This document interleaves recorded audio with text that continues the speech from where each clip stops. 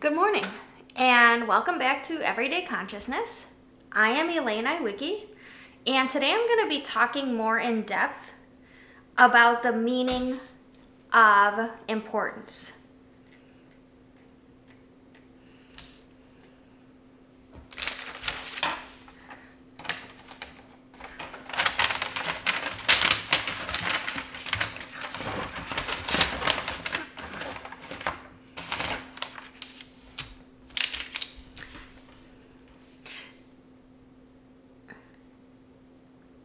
Good morning, and welcome back to Everyday Consciousness.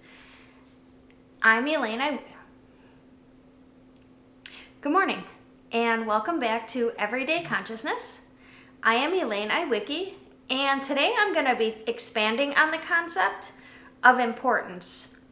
And I think this is really important because importance is such a small decision to make, and it's just a little value judgment.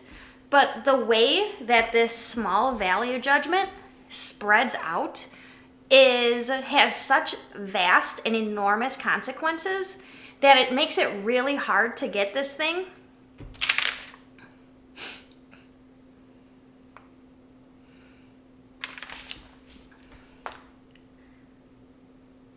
Good morning. Welcome back to Everyday Consciousness. Today I'm going to talk to you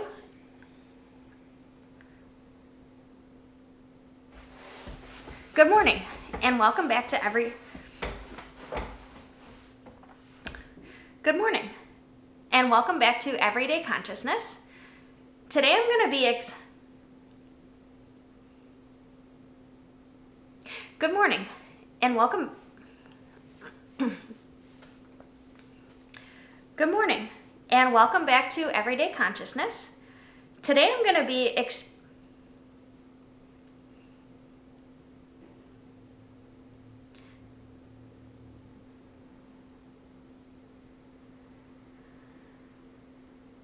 Good morning, and welcome back to Everyday Consciousness. My name is Elaine Iwicki, and today I'm going to be expanding on this idea of importance. So, importance harms you in such a dramatic way, and I think it's so easy to have this happen to you because adding the value of importance at the beginning of any decision is such a small act, but the consequences, the way it spreads out, is so vast that you can have enormous consequences if you decide that one option is more important than another. So the act of adding importance is extremely ego-driven. So the ego seeks to fulfill itself from things on the outside. So the ego is reaching for things outside of itself to bring in so it can feel more enhanced.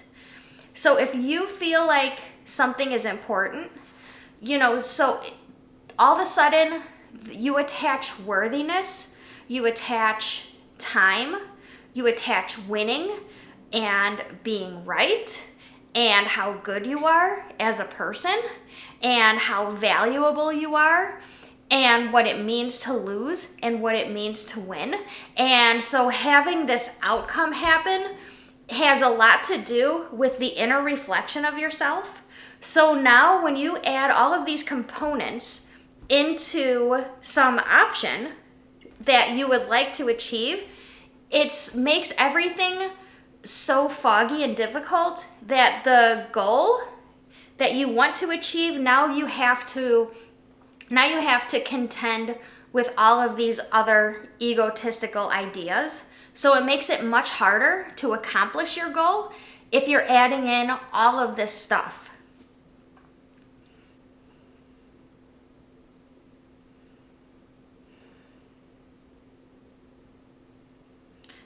Good morning, and welcome back to Everyday Consciousness.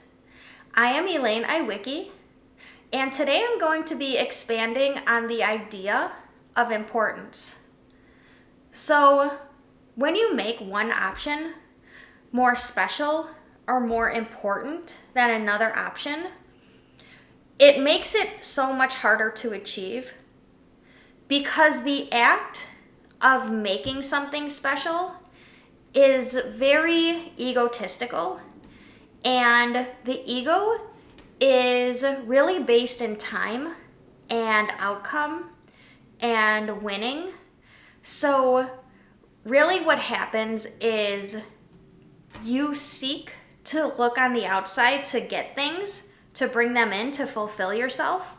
So now this option that you would like to have all of a sudden is attached to your self-worth, to your survival, to how right you are, to how much you need to win to achieve some better rung on a hierarchy. And there's all of these other egotistical needs that are attached to the option that you really want. And when you're adding all of this stuff in, all of a sudden you're not just trying to get this one goal. Now your whole entire survival could depend on it, depending on how important you make it. So one of the consequences of adding importance is this idea of failure. So what is failure?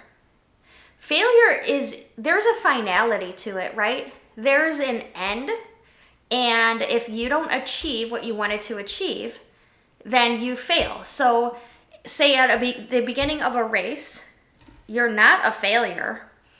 3 minutes later, when the race is over, now you're a failure if you didn't win the race.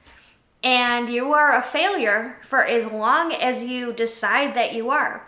There was a Seinfeld episode where Jerry cheated in a race and in high school, and it was like 20 years later, he runs into the guy, and the guy still feels this shame, the shame of failing. And he wants to re-race Jerry. He has to make it right because there was something extra, more than just racing, that he was attributing to this.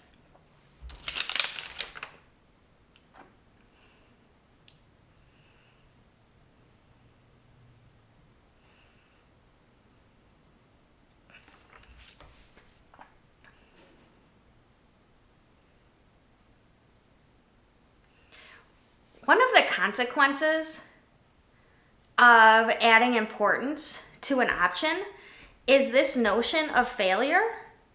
So what really is failure, right? Failure has an end. It has a finality to it.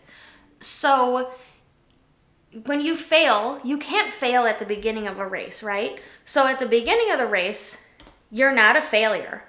Then 3 minutes after the race starts, if you didn't win, now you're a failure. And you're a failure for as long as you believe you are. So there was a Seinfeld episode where this guy from high school lost a race to Jerry, and he knows it's because Jerry cheated, which he did.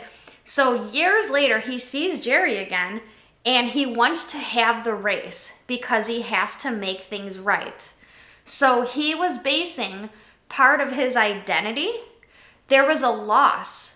So he was basing part of his identity, part of himself, on the outcome of this race. But life actually doesn't work that way, right? So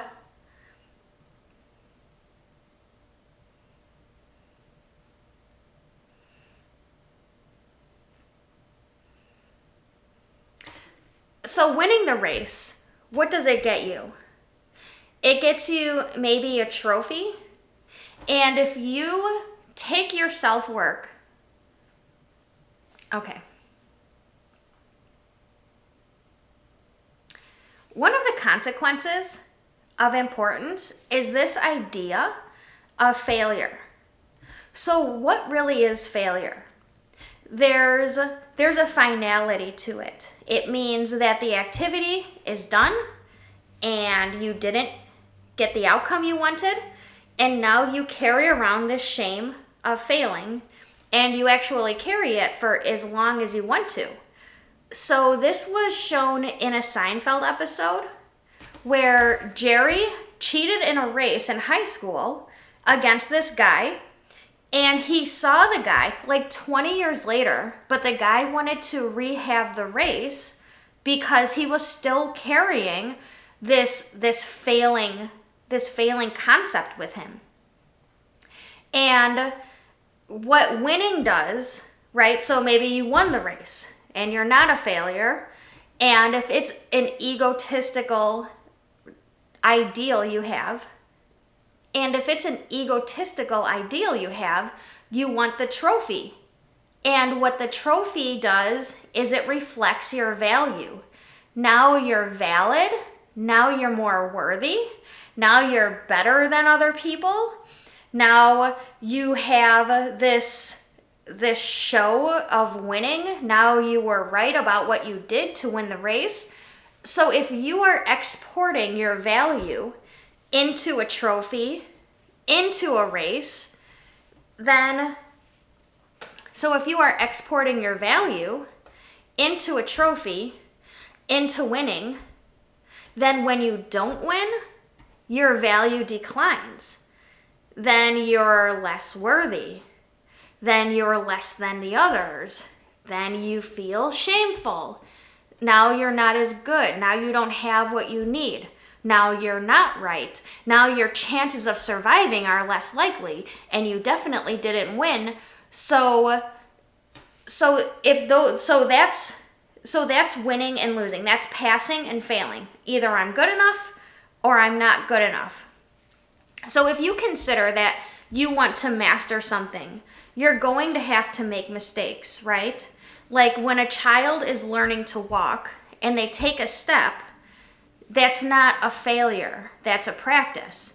But if you look at it as a failure, if your whole entire self-worth declines every time you fall down, how many times are you going to fall before the emotional toll is too overwhelming and then you give up? And then the finality happens, you don't succeed, you do not achieve your outcome, and you have the failure label. So my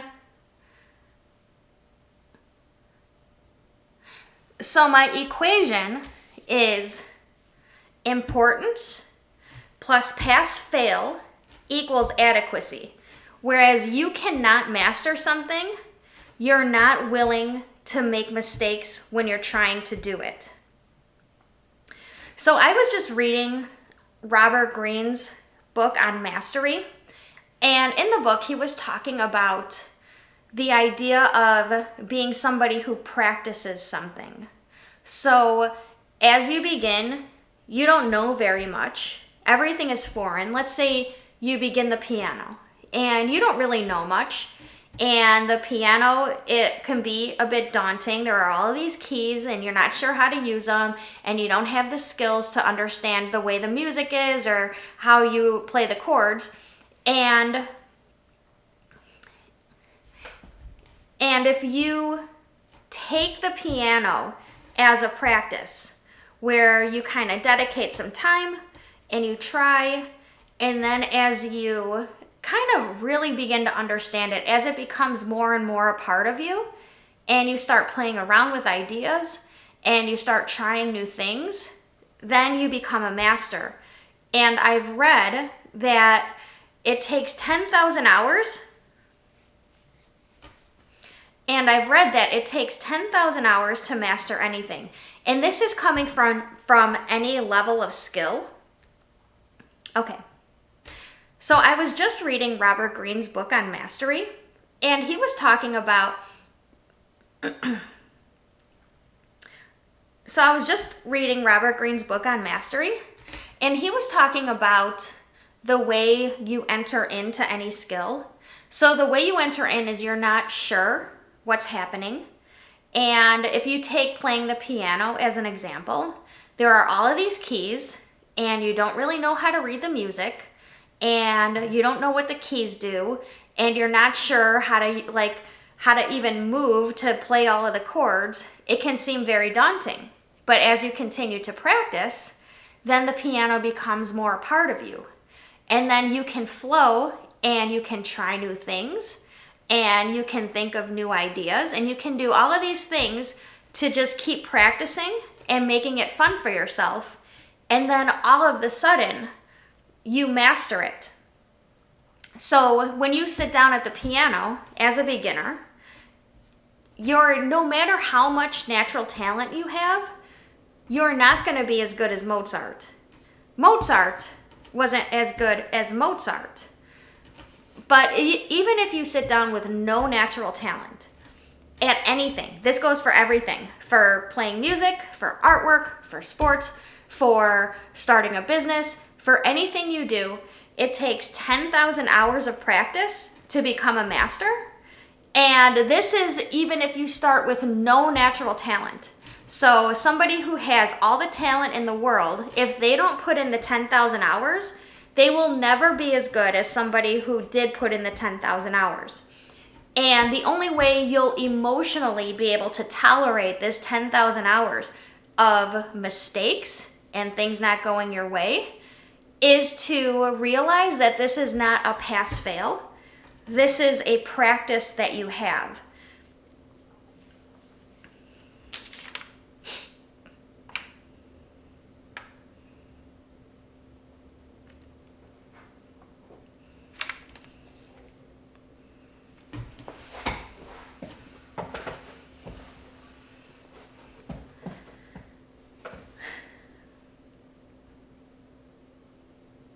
So to give a real life example of this, General Patton, he was a general in World War II, and he was so amazing, but nobody could figure out what he was doing. In fact, the Nazis were studying him very closely, and they couldn't figure anything out either. And what happened, his story is that he had a learning disability when he was young, and his aunt had to teach him his schoolwork in unique ways so he would be able to understand it. So he was never able to learn anything in a normal way. So a real life example I'll give is the example of General Patton. So he was a very famous and very great general in World War II. And his story is that he had a learning disability when he was young, so he wasn't able to go to school and learn in the usual ways. So his aunt had to figure out creative ways to be able to teach him what he needed to learn. And because he had this unique way of thinking, he was able to be an excellent general.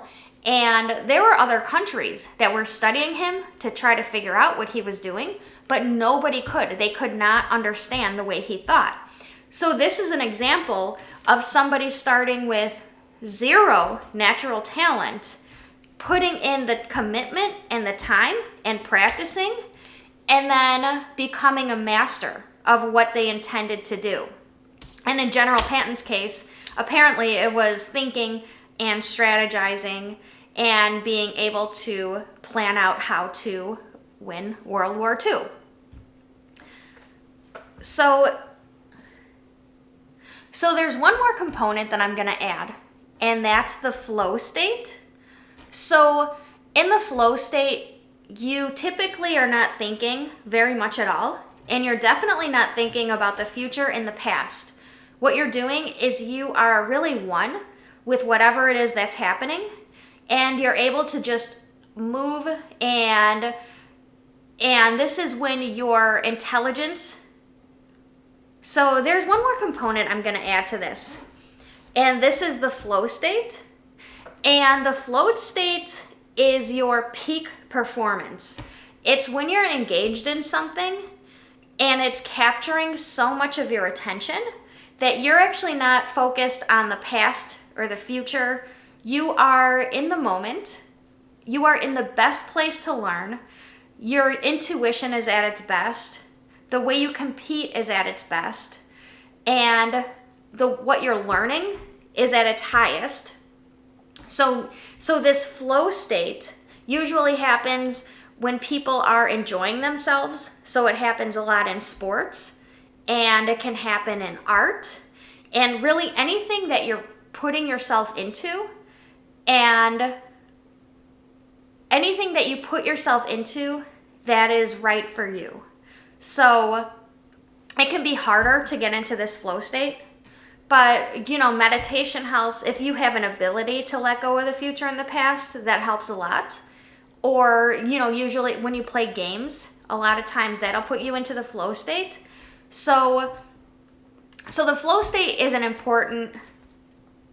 So the flow state is kind of how you begin to do things well. It's how you begin to really play around and to really just add your ideas and see what would be more interesting and more fun for you. And that's when you can practice anything you do from the position of a flow state. If you do that for 10,000 hours, you will be one of the greatest in any field, at anything, doing anything ever. 10,000 hours, one thing in a flow state, and you are off the charts. You are absolutely unstoppable. So that might be a little bit difficult to even think about, but even trying to enter the flow state, trying to really just merge with what you're doing, plus keeping the idea in mind that you're only practicing. This is not a pass-fail. This is just you and this interest you have, and you trying new things. That is how you get to mastery. So basically, my two equations for the day are importance plus pass-fail equals adequacy. So if you need something to happen and you really need it to happen and then it didn't happen and you feel so bad, you're not going to be able to do it for 10,000 hours. It's not going to be fun for you. It's going to be really emotionally draining. But if you can keep in mind that you are a practitioner, and if you can really try to enjoy what you're doing, after 10,000 hours, you will be a master. So I hope this was inspiring. I hope you took something away. Thank you for watching, and I will see you later. Bye.